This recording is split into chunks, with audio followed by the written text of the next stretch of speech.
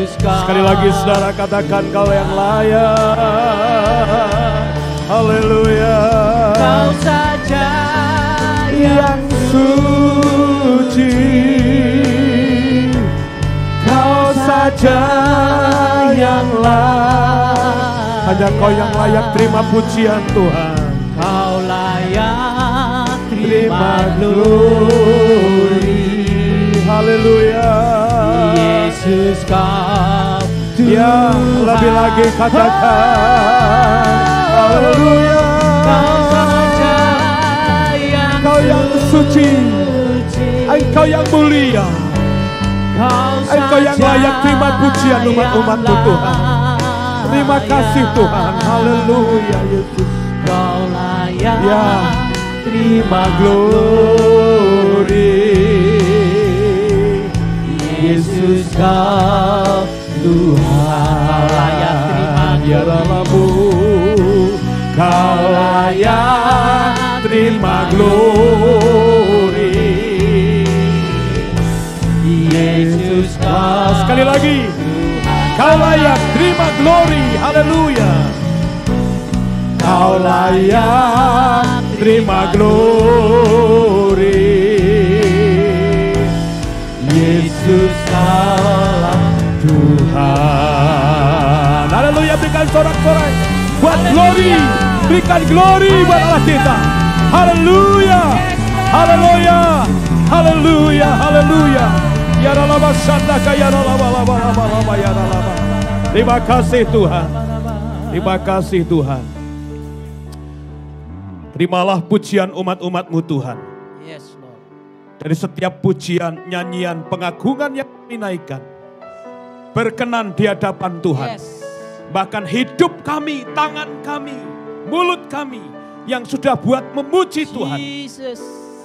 Terimalah semua ini Tuhan sebagai persembahan kami yang hidup. Yes. Bahkan hati, tubuh, jiwa, roh kami menjadi penyembah-penyembah yang dicari oleh Tuhan. Amin. Terima kasih Tuhan, kami bersyukur. Kami sudah memperdengarkan nyanyian syukur kami kepada Tuhan. Dan tiba saatnya kami juga mau duduk diam, mendengar Engkau berbicara melalui hamba-Mu yang kecil ini. Tuhan akan pakai menjadi saluran berkat firman Tuhan bagi umat-umat-Mu di tempat ini. Supaya kami mendapat pencerahan, Yes. mendapat hal-hal baru, Amin. mendapat tuntunan. Bahkan kami mendapatkan kekuatan yang baru.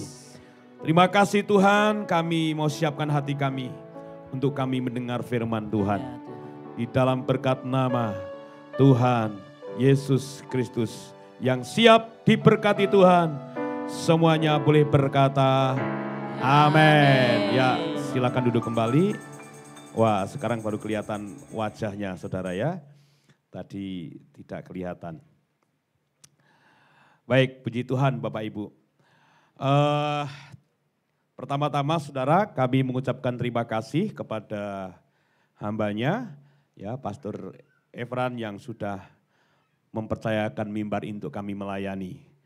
Kami dulu berteman di STT Harvest dan beliau lulus duluan dan saya lulus belakangan tapi nggak tahu ya karena memang jalannya sendiri-sendiri. Saya lama enggak berjumpa sama Pak Efran, tiba-tiba sering hubungan lewat WA, bahkan jemaat saya sering ketemu.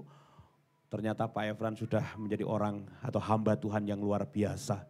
Ya, enggak nyangka ya, dan sekarang dipakai luar biasa untuk hormat dan kemuliaan bagi nama Tuhan. Dan visinya cukup besar sekali. Saya enggak bisa ngikutin visinya Pak Efran ya, besar sekali visinya. Ya saudara, saya namanya bernama Timotius, panggilannya Timo. Mungkin ada yang pernah lihat saya di jalan atau di mana gitu. Saya terdampar di mana begitu Bapak Ibu. Ada yang pernah lihat saya saudara? Oh sering. Ya saudara, nama saya Timo ya. Saya berasal dari kota yang cukup jauh ya. Di luar negeri saudara ya. Di Denmark saudara. Ya, tahu Denmark saudara? Demak maksud saya. Ya di sini ada Ibu Niken sama Pak Joko, ini tetangga desa saudara ya. Ya anaknya sekolahnya dulu bareng sama anak saya di SD. Dan kami menggembalakan di Desa Karangawen, GPDI, ya Gereja Pantai Kosta di Indonesia.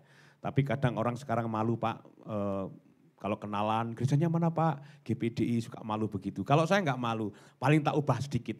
Gerejanya mana Pak? GPDI gitu saudara. Ning desa ya ngerti saudara ya. Dan puji Tuhan penggembalaan kami ya jemaahnya kalau sama ini ya kurang lebih hampir sama Pak ya.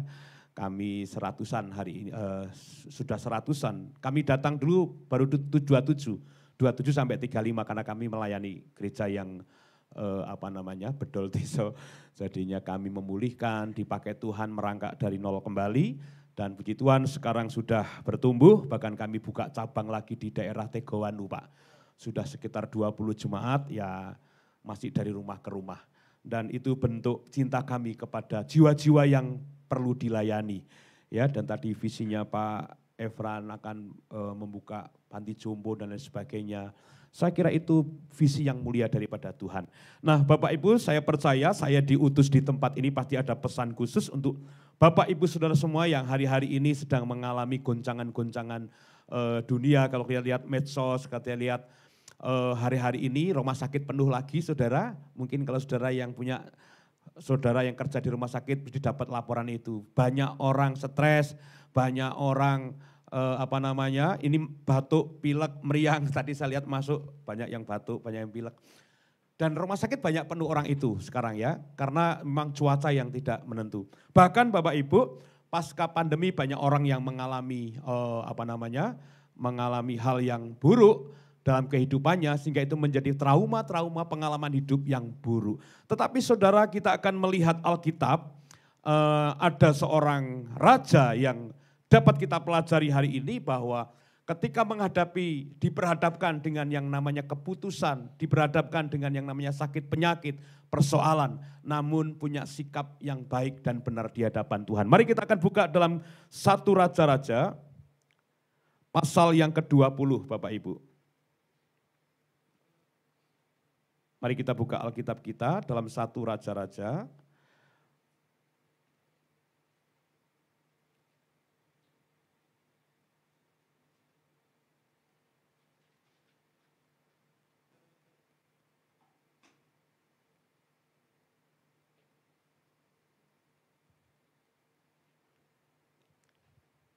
Dua Raja-Raja Bapak Ibu, 2 Raja-Raja 20.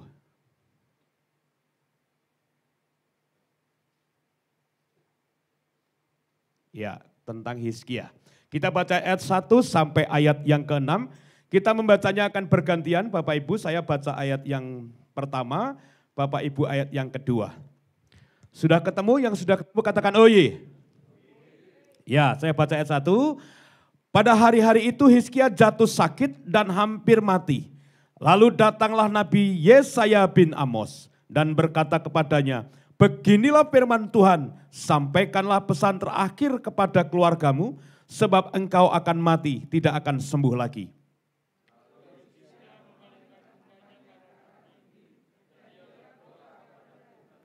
Ah Tuhan, ingatlah kiranya bahwa aku telah hidup di hadapanmu dengan setia dan dengan tulus hati dan bahwa aku telah melakukan apa yang baik di matamu.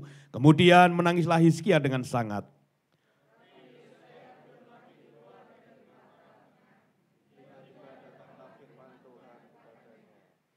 Baiklah dan katakanlah kepada Hizkia, raja umatku, beginilah firman Tuhan, Allah Daud bapa leluhurmu, telah kudengar doamu dan telah kulihat air matamu. Sesungguhnya aku akan menyembuhkan engkau, pada hari yang ketiga engkau akan pergi ke rumah Tuhan.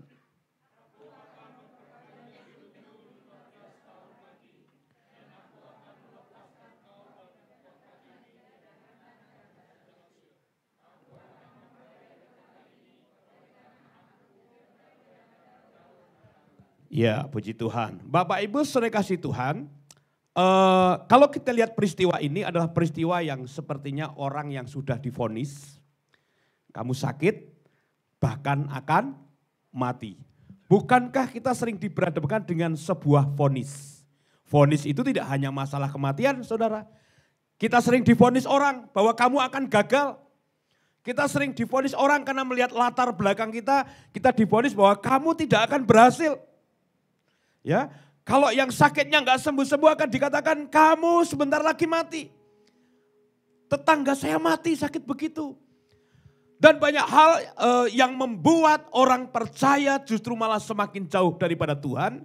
Karena apa saudara? Menghadapi masalah yang komplikasi yang tidak kunjung selesai dan ada yang menvonis. Apalagi ini yang menvonis siapa saudara? Tuhan. Seorang Nabi Yesaya.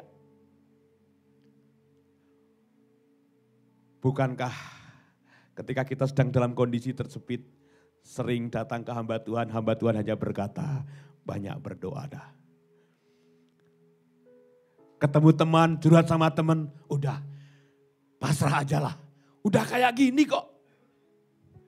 Tapi kita lihat Hizkia sudah luar biasa sekali. Ada beberapa hal yang akan kita pelajari di Hizkia ini saudara. Ya, nah tapi saya ingin saudara ketika nangkep firman Tuhan harus nangkep dengan baik, konsentrasi. Dan supaya tidak fokus kepada gigi ompong saya, tidak fokus kepada perut saya yang besar, saudara. Nah sekarang saya harap kita icebreaker dulu supaya fokus ya. Ini ada terhalang cagak juga. Coba ini berapa ini saudara? Ini berapa? Nah, kalau ini? Nah, kalau ini? Oh, jawabnya kok takut toh. Ini berapa? Kalau ini? Kalau ini? Kali ini? Ayo ada yang jawab 2, ada yang jawab 5. Yang benar yang mana? Coba lagi. Ini berapa? Kalau ini? Kalau ini? Ini berapa? Kalau ini? Kali ini? Salah semua.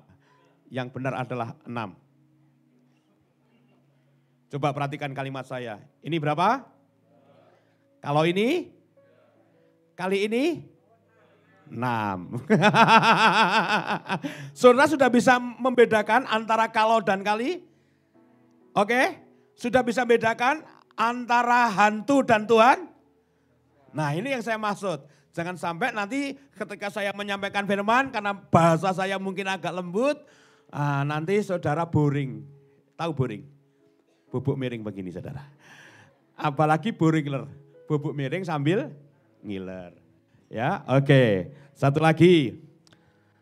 Kalau perintahnya, kalau tidak ada kata timo jangan dilakukan ya. Perintahnya apa?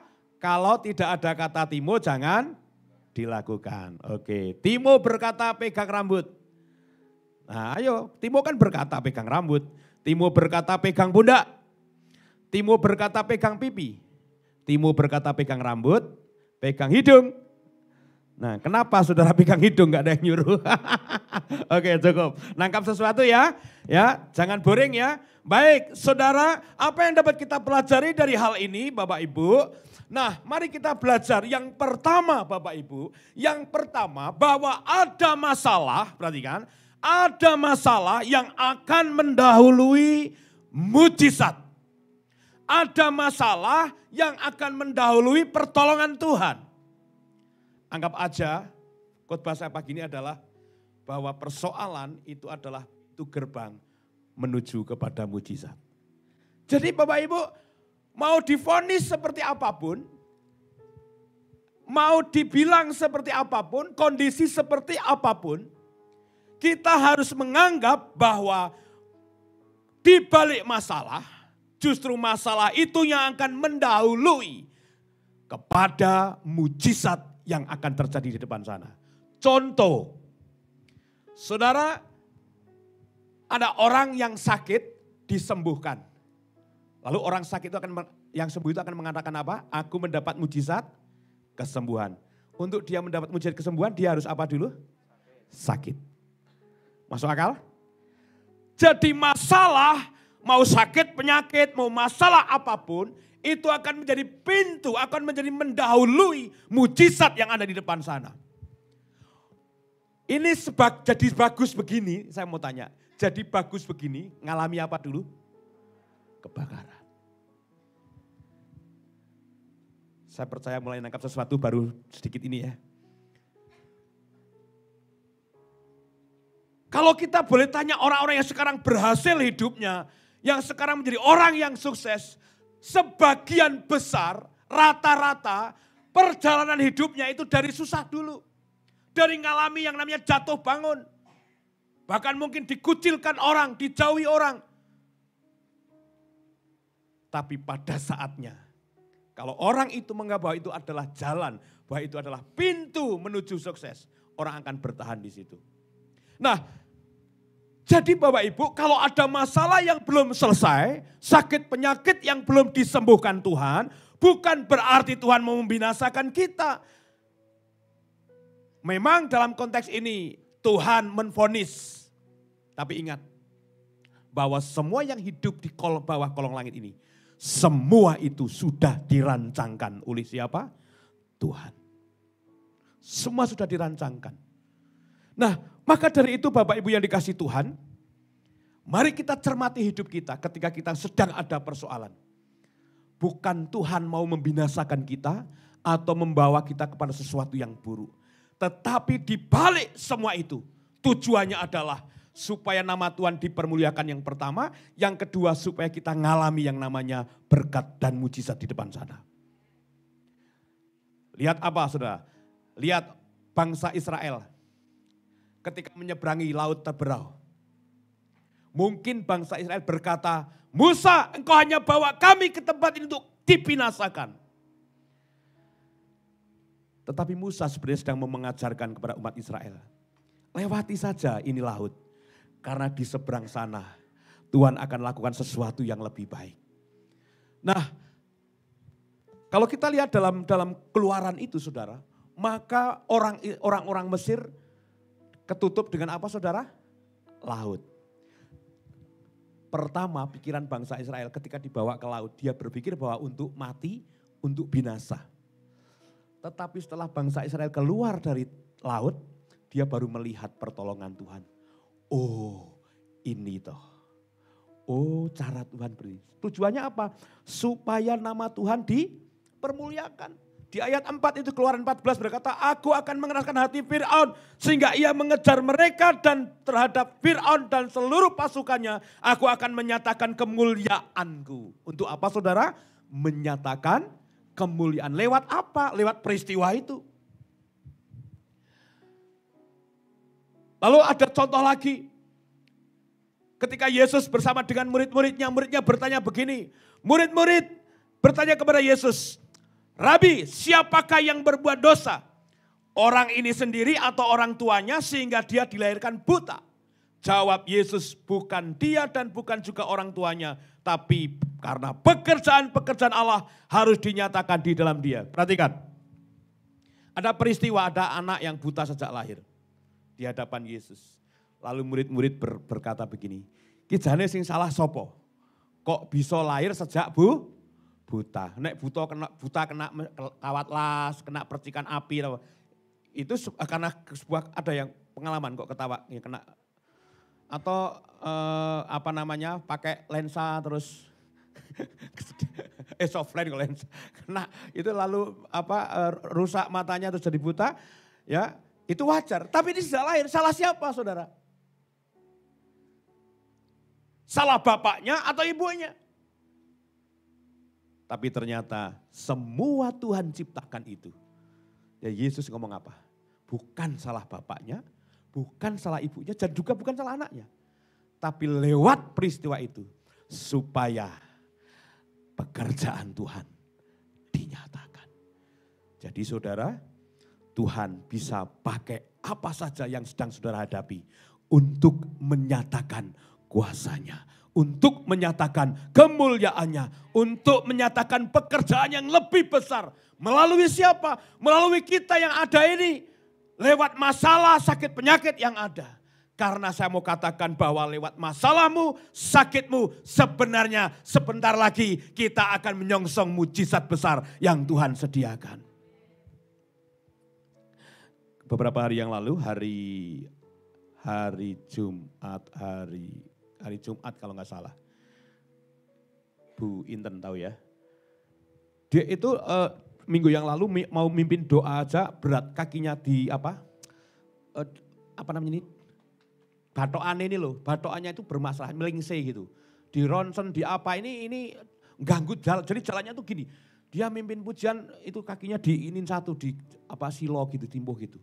Tersiksa sekali dia. Nah saudara, saya kunjungi, saya doakan juga belum sembuh. Satu hal yang makanya saya yakinin banget kalimat ini. Kemarin hari Jumat kalau nggak salah, Jumat apa Kamis gitu.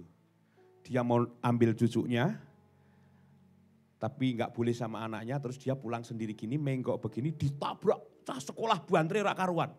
Padahal ibu ini gede loh saudara, orangnya gede. Itu ditabrak dari belakang, brok gitu. Langsung legosor, jempalik, sininya bunyak semua saudara, dan sininya dijahit dua gitu, dijahit dua. Nah pertanyaannya ya, wis dengkule urung mari, isik ditabrak, sepeda motor cah loro goncengan lanang wedok tuh, brok gitu. Saudara, coba apakah ibu ini berkata Tuhan jahat? Saya pikir, wah kayak tunggorak melayani nih, saya pikir gitu ya. Saya kunjungi kemarin, orang itu malah guyu saudara, lalu saya kaget. Dia ketabrak motor malah guyu. Kenapa kok guyu saudara? Mungkin saudara tanda tanya besar ya, kenapa kok guyu? Ternyata setelah ditabrak itu, ini malah sekarang bisa jalan begini saudara. Batoknya iso normal lagi saudara. Dan iso jalan. Ini yang saya katakan musibah membawa mujizat. Amin saudara. Ini yang namanya masalah membawa mujizat. Dia tidak menghakimi. Dia ketika sing nabrak itu diseneni sama tentara. Tetangganya tentara. Jangan Pak De, jangan dimarahi. Jangan. Karena apa? Dia merasakan ada mujizat yang terjadi. Ketika ditabrak itu justru malah sembuh saudara. Padahal dokternya sudah merencanakan nanti ini harus opnam, harus dibenek kayak gitu. Malah sembuh. Walaupun sekarang di sini dijahit karena kena post-tap itu. Tapi itu enggak masalah, sekarang sudah kering. Dan sakit yang pada intinya yang parah itu malah menjadi sembuh. Haleluya saudara. Amin saudara. Bahwa masalah itu adalah pintu mendatangkan mujizat. Amin saudara. Saya percaya itu akan terjadi kepada Bapak Ibu Saudara semuanya yang saat ini sedang mengalami pergumulan. Apapun, gak cuma sakit penyakit. Tunggu saja. Nanti kita lihat, kok tunggu Pak? Nanti kita lihat di sini ada ya. Nah itu yang pertama Bapak Ibu, jadi bahwa masalah yang kita hadapi, anggap saja bahwa itu jalan menuju sukses. Jalan menuju keberhasilan. Jalan menuju mujizat Tuhan. Saya lihat perjalanan bangsa Israel. Masalah, terus dapat mujizat. Betul? Masalah lagi, airnya pahit. Dapat mujizat di situ. Masalah, dapat mujizat lagi. Ada burung puyuh, ada roti mana. Dan terus pohon kurma dan lain sebagainya. Begitu dengan kehidupan kekristenan kita. Jatuh bangun itu hal yang wajar, kita masih tinggal di dunia. Tapi yang penting jangan tinggalkan kasih setia Tuhan.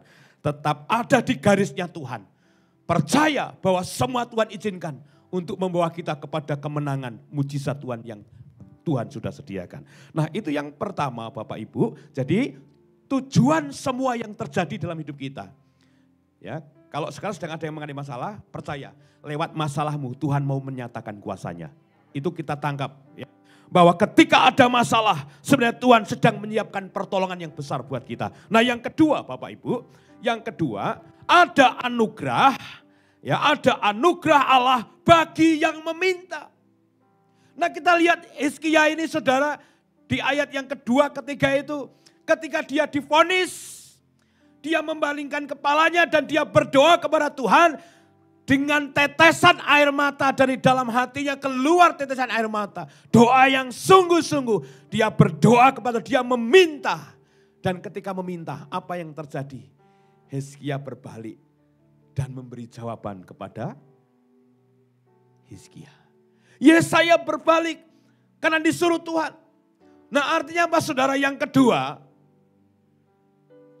Dalam kehidupan yang semakin sulit ini. Kalau kita mau berdoa dengan sungguh-sungguh, dia masih membuka tangannya untuk menolong kita. Amin saudara. Dia masih membuka tangannya untuk menolong kita bagi orang yang sungguh-sungguh berdoa kepada Tuhan. Ada anugerah. Anugerah itu cuma-cuma. Pemberian cuma-cuma dari Tuhan. Maka dari itu saudara, berdoalah dengan tulus. Tuhan tertarik dengan tetesan air matanya Hizkia. Tuhan tertarik dengan kesungguhan Hizkia. Tuhan tidak tertarik dengan apa yang dikatakan Hizkia, aku orang baik, aku kan Hizkia ngomong begitu. Aku orang yang setia, aku yang orang yang baik. Tuhan tidak tanya itu. Tapi Tuhan lihat kesungguhan Hizkia. Dikatakan dia berdoa sambil meneteskan air mata. Saya simpulkan bahwa Tuhan itu mengerti bahasa tetesan air mata kita. Bukankah ketika masalah itu berat, mungkin ketika kita datang ke gereja, nyanyi kayak sediluk wis neteskan air mata. Baru duduk sebentar di gereja sudah neteskan air mata. Belum saudara ngomong Tuhan, tolong masalahku belum. Tapi Tuhan sudah mengerti bahasa tetesan air mata. Sehingga Tuhan bisa mengubah keputusannya. Musibah yang seharusnya terjadi menjadi anugerah yang besar buat kita. Kuncinya apa saudara? Berdoa dengan kesungguhan hati. Saya percaya kalau saudara mau datang kepada Tuhan dengan sungguh-sungguh. Dengan kerendahan hati yang paling dalam. Saya percaya Tuhan buka jalan, amin. Amin. Nah tapi kita lihat prosesnya nanti ya. Coba yang ketiga saudara ya. Yang ketiga ayat 5 bagian B saudara ya. Saya baca dari ayat 5. Baiklah dan katakanlah kepada Hizkia, raja umatku, beginilah firman Tuhan Allah Daud, bapa leluhurmu, telah ku dengar, perhatikan, telah dengar doamu dan telah kulihat air matamu. Sesungguhnya akan menyembuhkan engkau pada hari yang ketiga engkau akan pergi ke rumah Tuhan. Perhatikan ayat ini. Ada yang menarik di ayat ini saudara. Yang ketiga saya maknai bahwa ada kesembuhan ilahi bagi yang terus percaya dan meminta kepadanya. Ya, kalau yang kedua kuncinya adalah doa sungguh-sungguh. Ya, doa itu harus lebih percaya lagi. Nah, orang yang percaya dengan sungguh-sungguh akan mengalami berkat-berkat kelanjutannya, yaitu ada kesembuhan ilahi. Karena yang dibutuhkan Hizkia saat itu adalah apa saudara? Sembuh.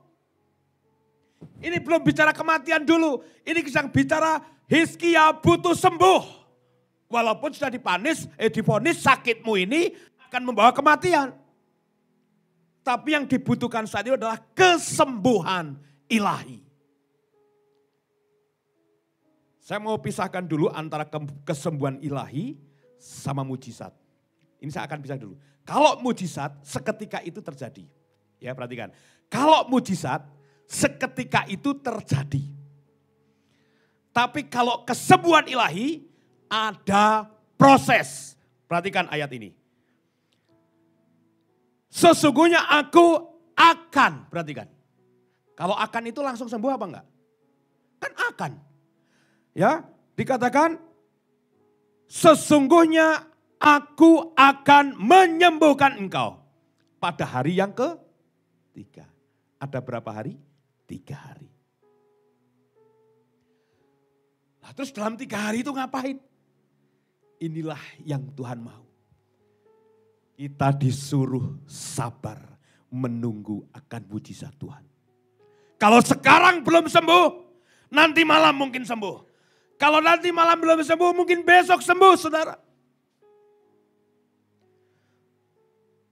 Coba lihat Yesus ketika dia berkata-kata dengan murid-muridnya sebelum naik ke surga. Dia berkata apa, saudara? Ya, ketika bersama murid-muridnya, dia belum naik surga. Dia berkata apa? Bahwa kamu akan menyembuhkan orang, akan menopangkan tangan dan tangan orang itu akan sembuh. Bukan dikatakan orang itu akan langsung sembuh, tapi akan sembuh. Ada proses. Yesus ketika menyembuhkan 10 orang buta. Yang 2 kembali itu. Orang buta itu ketika bersama dengan Yesus, dikasih iman sama Yesus, dia tidak langsung sembuh.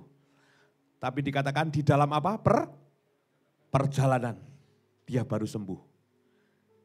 Dibutuhkan iman, saudara. Untuk menantikan mujizat dibutuhkan iman beberapa saat. Ini yang harus kita kerjakan. Cuman kadang orang-orang kalau nggak sembuh-sembuh, itu langsung cari dukun. Iya kan? Wah tuh nggak kayak Pak Pendeta orang mandi yuk. Cari orang pintar, paranormal. Padahal yang Tuhan mau adalah tunggu ya. 3 hari. 3 hari ini kasusnya Hizkia. Saudara bisa 2 jam, bisa 3 jam, bisa seminggu, bisa setahun, bisa. Tapi yang jelas Tuhan buat semua itu bukan untuk membinasakan kita. Tapi untuk menyatakan apa saudara? Kemuliaannya. Jadi saudara ada mujizat kesembuhan ilahi yang tidak secara tiba-tiba di instan, tidak. Ada proses iman percaya yang harus ditaruh di situ saudara. Dan Hizkia tetap percaya kepada Allahnya. Sehingga Hizkia mengalami yang namanya kesembuhan ilahi. Memang firman Tuhan katakan melalui bilur-bilurnya maka sakit itu akan menjadi sembuh. Ya, memang ada 2 pengertian. Kalau kesembuhan mujizat itu langsung sembuh. Seperti lihat KKR gitu ya. Langsung. Tapi juga di KKR itu ada juga yang dari lepas tongkat pelan-pelan, jalan jatuh lagi. Hari itu enggak sembuh, mungkin hari kedua sembuh. Betul tidak saudara? Kesembuhan ilahi ada proses. Nah kalimat akad ini saudara, kita harus menjadi orang yang bertahan. Nah ada kesembuhan. Jadi tadi prosesnya anggap masalah itu sebagai pintu kepada mujizat. Yang kedua, di saat menantikan mujizat, doalah sungguh-sungguh yang keluar dari dalam hati sampai tetesan air mata itu keluar. Dan kalau kita sudah minta sungguh-sungguh, terus percaya akan pertolongan Tuhan, bahwa kesembuhan ilahi itu pasti terjadi. Bahwa pertolongan Tuhan itu pasti terjadi. Nah sekarang Bapak Ibu Saudara kasih Tuhan, ingat kesembuhannya Hizkia juga tidak hanya sepele seperti itu.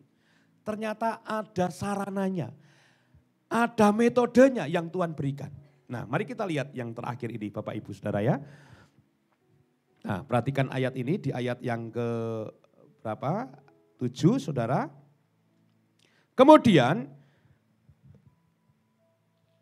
berangkatlah Yesaya, ambillah sebuah kue ara. Lalu orang mengambilnya dan ditaruh pada bara itu, maka sembuhlah Hizkia. Mengambil apa saudara? Kue ara. Ternyata ada sarananya. Nah sebenarnya saudara, bukan kuenya yang menyembuhkan, tapi ini sebagai sarana tindakan iman. Supaya Hizkia juga punya iman. Dan melalui tanda, melalui perantara, melalui metode yang Tuhan berikan itu. Hizkia menjadi sembuh. Nah ini yang sering terjadi hari-hari ini. Kalau saudara tahu gereja besar Pak Pariaji almarhum. Yang mereka hebohkan apa saudara? Minyak dan anggur. Oke. Minyak dan anggur. Nah sekarang bahkan jemaat saya juga ikut. Kalau sudah bilang di Pak Pariaji itu, wah semangat. Balik itu bawa minyak banyak sekali. Wah tonggone kayak kabeh gitu saudara ya. Jadi ini minyak ampuh, iso mareki gitu saudara. Jadi yang dianggap hebat itu minyaknya. Anggurnya itu salah saudara. Dalam konteks ini itu hanya sarana, metode saudara. Supaya ada iman di situ. Bukan anggurnya, bukan minyaknya yang menyembuhkan. Tapi kuasa yang ada di dalam minyak itu. Haleluya saudara. Saudara ingat Yakobus berkata apa? Ketika ada yang sakit, baiklah memanggil seorang penatua. Dan penatua itu akan mengoleskan dengan apa saudara? Minyak. Dan orang itu akan menjadi sembuh. Tapi tidak selesai di situ saudara. Tidak hanya menempelkan minyak, mengoleskan minyak. Tapi harus dioleskan di dalam nama Yesus. Ayatnya jelas sekali. Jadi yang hebat siapa? Nama Yesus. Bukan minyaknya.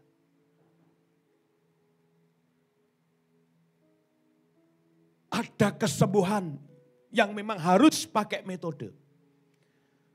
Tapi bukan metodenya yang menyembuhkan. Saudara, saya punya jemaat di daerah Mangunsari sana. Itu sakit jantung. Saya teringat, orang ini kok cari minyak, saya sederhana saja. Tuhan, tunjukkan kuasamu. Tidak harus dengan minyak urapan yang beli di Metanoia atau yang harus dari variasi. Saya dipakai Tuhan sembuhkan orang. Saya enggak pakai minyak saudara, saya hanya pakai kalimat ayat itu. Ya, itu hanya metode. Perhatikan, metode dan sarana. Sarananya apa? Roti. Metodenya dibakar, terus dimakan, ditempel. Yakobus mengajarkan metodenya, sarananya apa? Minyak. Metodenya apa? Dioleskan. Praktis saja. Saya datang anaknya, yuk. Amek tegan. Saudara Amek dipencelas, tak coba jabu. Wah coba jabunya orang kayak dukun tapi. Dalam nama Yesus, Pak Muji minum ini sembuh. Yuk. Dombek ke bapak nggih ngomong dalam nama Yesus minum air degan ini jadi sembuh. Dombek ke. Bapak iki semengkis-semengkis. Diombeni, Pak ngomong dalam nama Yesus. Dalam nama Yesus cari Pak Timo sembuh. Kalau cari ini bareng saudara. Ya wis tapi karena ada nama Yesusnya percaya salah. Diminum set. 1 jam kemudian dia bisa duduk berkata, matur nuwun Pak Timo. Mari saudara. Jantung wis mengkis-mengkis saudara. Mari. Dan 10 tahun kemudian baru mati saudara. Ya karena sudah tua. Haleluya. Bukan degannya yang hebat. Bukan Pak Timonya yang hebat. Tapi nama Yesus yang diucapkan dengan iman itu yang menyembuhkan. Haleluya. Nah jadi saudara mari kita pahami. Bukan metode dan sarana yang menyembuhkan. Tapi nama Yesus yang di dalamnya. Kuasa Tuhan yang di dalamnya. Nah saudara. Waktu kemarin pandemi, yang delta itu kan wong ting telepuk mati saudara ya. Hampir tetangga saya itu kono inalilahi, musola sana inalilahi. Nanti musola sana inalilahi. Bingung saudara, kayak wong mati layat sing dhisik saudara. Nah itu jemaat kami juga pada sakit saudara. Tapi kami gak pernah meliburkan ibadah. Hanya ya kosong karena banyak yang di rumah kan. Nah ada jemaat kami sakit, ada jemaat di cabang itu 1, 2, 3 itu satu deret itu rumahnya. Ada yang sakit saudara. Nah itu bapaknya yang namanya Pak Marsono itu sudah mengkis-mengkis gitu. Sudah gak berdaya saudara. Nah saya datang ke situ. Jemaat sendiri ya, tak doain. Pak, tak doain dalam nama Yesus. Kondisiku aja udah sakit pada waktu itu. Bapak ini, tapi kan saya kalau lihat orang sakit itu tidak tega. Tak doain, topangi tangan, tidak sembuh saudara. Ya, siang saya datang lagi, tak topangi tangan, tidak sembuh. Tapi doa lewat telepon, sembuh saudara. Tak telepon, doa lewat telepon sembuh. Sarananya telepon nol. Ditelepon. Orang puas tak video call. Meruh gambarku mari saudara. Bukan gambarku yang hebat. Setelah itu saya parani, karena dia sudah mari saya parani. Nah dia ngomong mbak tonggo-tonggone. Nek aku didongake Pak Timo lewat telepon mari. Tonggone udah teko. Tonggone udah kena corona kabeh, udah mengkis-mengkis kabeh saudara. Nah ini ada satu orang yang sabar nunggu saya datang, yang lain udah pulang semua. Nunggu saya sabar datang itu, nah dia teko-teko nggak banyu putih ini, anak muda ini. Pak Timun, manggil Pak Timun saudara. Pak Timun, tolong Pak. jaluk tambane loh lah, kok malah pikirannya jaluk tambane. Tapi ya karena orang belum percaya, saya ambil aja itu gelas. Udah mbak sini mas. Nopo ki mas? Ibu sakit kena corona. Lah piye? Waduh pak, wis kae ning kono pak, ora iso apa-apa, lemes. Mas percaya? Tuhan Yesus menyembuhkan, wis pitados. Tuhan Yesus ubah air putih ini menjadi air kehidupan. Menjadi air yang bisa menyembuhkan orang yang sakit. Dalam nama Yesus. Mas, makin nek ngunjuki ibu, kalian matur dalam nama Yesus. Mari. Ya, gowo. Dombeke 1 jam kemudian saya masih di situ saudara lagi makan. Ibu itu bilang Pak Timo saya sudah sehat. Sudah sehat saudara. Tapi yang aneh 3 hari kemudian anaknya malah yang mati saudara. Ya karena anaknya katanya nunggu saya kok nggak datang-datang. Ya saya kan pelayanannya harus dibagi-bagi saudara ya, tidak di situ. Jadi Bapak Ibu Saudara jangan takut menghadapi dunia yang semakin tidak baik ini. Percayalah bahwa di setiap persoalan masalah hidupmu, sakit penyakitmu, itu adalah pintu mujizat datang dalam hidup saudara. Yang kedua, tetap bertahan dan berdoa percaya kepada Yesus bahwa Yesuslah Tuhan dan Juru Selamat kita. Yang ketiga, percayalah bahwa mujizat, kesembuhan ilahi, pertolongan, miracle itu masih ada sampai hari ini. Dan kita bisa nikmatinya. Dan ingat, kalau memang harus ada tanda yang harus kita taati, kita harus taati. Saudara lihat, Musa waktu air menjadi pahit, Musa dikasih apa? Saudara? Sepotong kayu. Dikasih tanda sepotong kayu, ketika kayu itu dilempar ke air itu menjadi apa? Manis. Musa diberi tongkat, tongkat itu gak ada fungsinya apa-apa. Tapi ada kuasa di dalam tongkat itu yang diberikan oleh Tuhan, maka bisa membelah laut. Kadang-kadang dalam kehidupan kita suka dikasih petunjuk sama Tuhan. Apa petunjuk yang Tuhan beri? Dan dengan petunjuk itu, kita percaya bahwa Tuhan masih memperhatikan kita. Amin, saudara. Ya saya nggak tahu apa yang Bapak Ibu sedang hadapi hari-hari ini. Yang sedang Bapak Ibu alami. Pak Evan, saya minta tolong alat peraga ini. Saudara, saya hanya ingin mau memberikan satu ilustrasi yang bahwa tidak ada yang tidak mungkin bagi Tuhan. Ya, gereja ini bagus sekali itunya, temanya miracle, kesembuhan, mujizat. Nah, seperti hal ini saudara, kadang orang sudah divonis, ya, sudah divonis seperti ini saudara. Lalu saudara coba berusaha untuk sembuh, untuk cari pemulihan. Tetapi kadang-kadang luka itu masih ada. Ya kan? Kadang-kadang ketoke wis mari, ketoke wis. Tapi kok enggak kunjung selesai ya? Kok ada aja ya masalahnya ya? Nah, saya tadi katakan bahwa kuasa Tuhan itu tidak pernah berhenti sampai hari ini. Dia sempurna. Mas, tolong Mas berdiri sini Mas. Siapa tahu jenengan dapat mujizat nanti ya. Sudah punya istri? Wah, punya mobil baru nanti. Hanya melalui kuasa Tuhan, Dia mau memulihkan kita. Mungkin orang berkata enggak mungkin, sudah divonis. Tapi bagi Tuhan tidak ada yang mustahil. Haleluya. Ya. Diinteng Mas. Wujuh. Tetap ada Mas. Ya.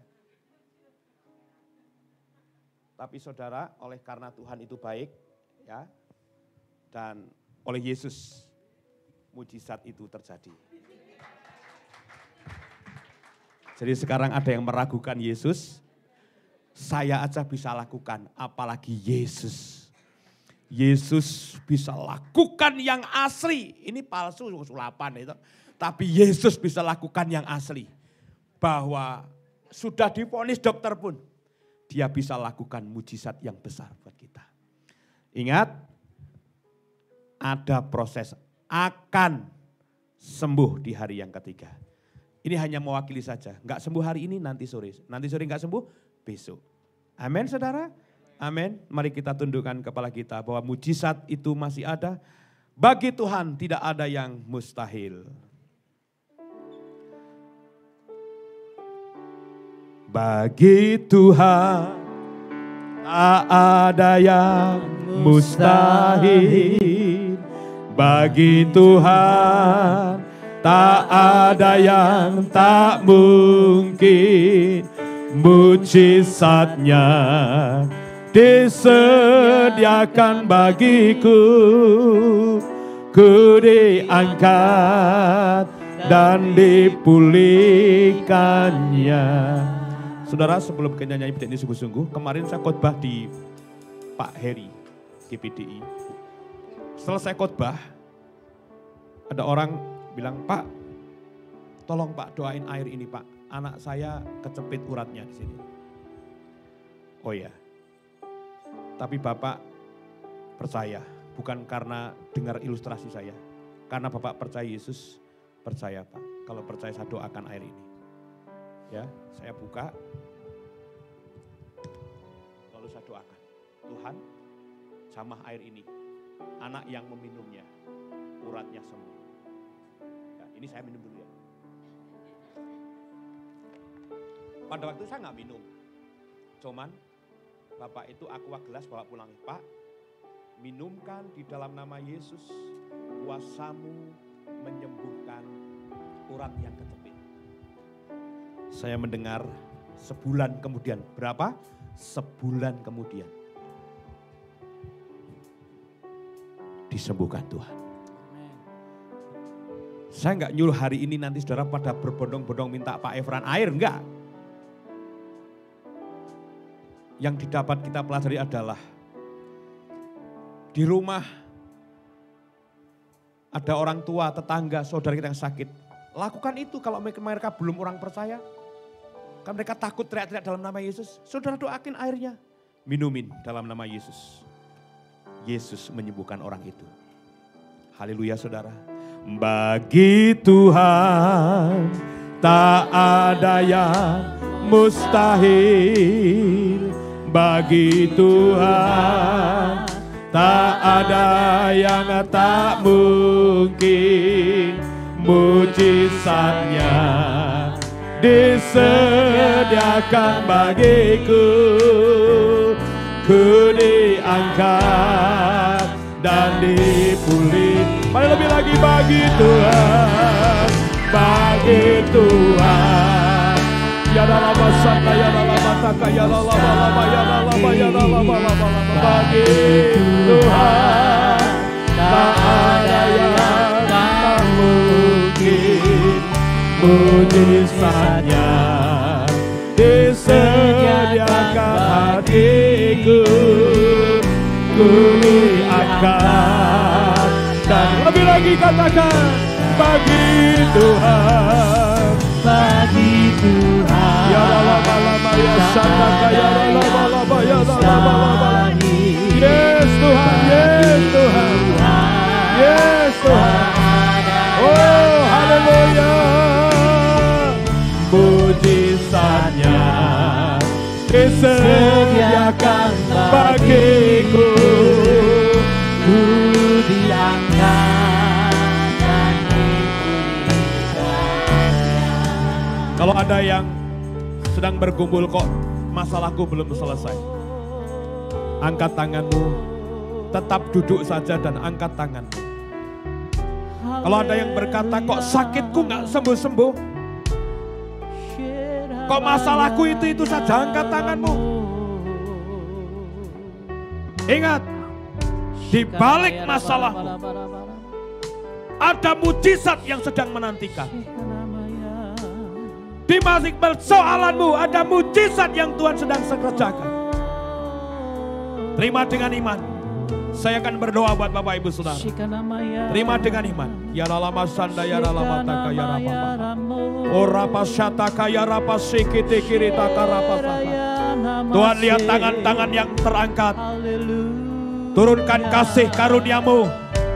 Turunkan belas kasihanmu. Segeralah Engkau menolong. Supaya mereka menerima anugerah Tuhan. anugerah mujizat, pertolongan, miracle, berkat yang tersembunyi. Sediakan buat mereka. Terpujilah namamu. Engkau akan ubah Haleluya. lembah baka, lembah air mata akan jadi lembah sukacita buat mereka. Di dalam nama Yesus. Terima berkat Tuhan. Terima kesembuhan. Terima kesembuhan ilahi. Terima pemulihan. Terima pertolongan. Di dalam nama Yesus. Ya lama lama lama lama lama lama lama lama lama lama lama lama. Shikiri lama lama lama lama ya lama lama lama takaya lama lama lama lama lama. Haleluya. Pulang dari tempat ini membawa kepastian daripada Tuhan. Tuhan akan ubah duka citamu menjadi sukacita yang luar biasa. Pulang dari tempat ini mengalami kemenangan baru daripada Tuhan. Memiliki keyakinan yang kokoh bahwa Tuhan itu penuh kuasa, sanggup menjamah dan memulihkan kami. Terima kasih Tuhan, hamba-Mu sudah berhenti bicara. Berkati jemaat-Mu di tempat ini.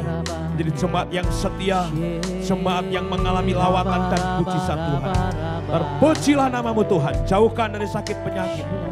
Jemaat-Mu di tempat ini mengalami kemenangan demi kemenangan. Terima kasih Tuhan. Kami mengucap syukur buat firman-Mu. Dalam nama Yesus, semua yang diberkati berkata, Amin. ya, satu hal ketika saya masuk ke